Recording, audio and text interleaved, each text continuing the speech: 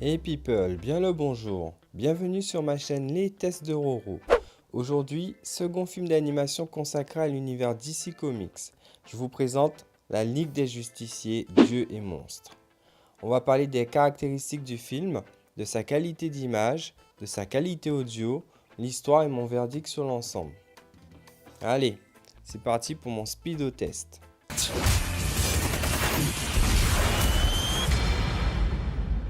En un film d'animation des studios DC Comics distribué par Warner Bros. En définition Full HD. Le ratio de l'image est au format 1,78.1, soit en 16 neuvième, et le film est donc affiché sur la totalité de l'écran. Passons au visuel. Première chose, le character design de nos héros, à savoir Superman, Batman et Wonder Woman, est différent de celui que l'on connaît traditionnellement. Une fois ceci dit, l'ensemble est plutôt solide car bien défini. Pas de folie en termes de couleurs, les teintes sont principalement froides et sombres. Mais par contre, elles sont en cohérence avec les propos du film.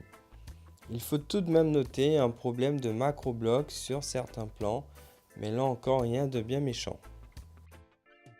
On a une bonne piste audio, cependant je l'ai trouvée légèrement en retrait par rapport à celle de la Ligue des Justiciers versus Teen Titans testée précédemment. Mais cet épisode nous offre tout de même un bon jeu d'effets ambiants et une piste LFE qui entraîne régulièrement l'ensemble des actions. On n'est pas non plus une expérience sonore démesurée et quant aux voix, elles sont propres et nettes. Petite précision, la VO a un peu plus de relief que la VF.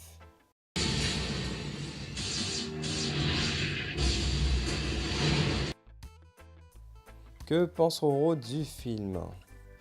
En fait, c'est rebutant et plaisant à la fois d'utiliser des personnages dans un registre un peu différent dans lesquels on les connaît habituellement, mais au final, on sent un peu des sentiers battus pour une histoire un peu plus originale.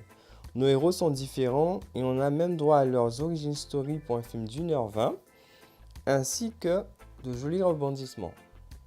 Côté moi, j'ai pas été très fan de la direction artistique, surtout les character design de nos héros, comme je précisais plus ou moins sur la partie image. Résultat des courses, un visuel cohérent avec la thématique du sujet, un mixage audio plaisant et un récit qui se déroule dans une réalité parallèle où l'on prend le risque de proposer des origin story différentes. La mention recommandée est toute faite pour ce film d'animation.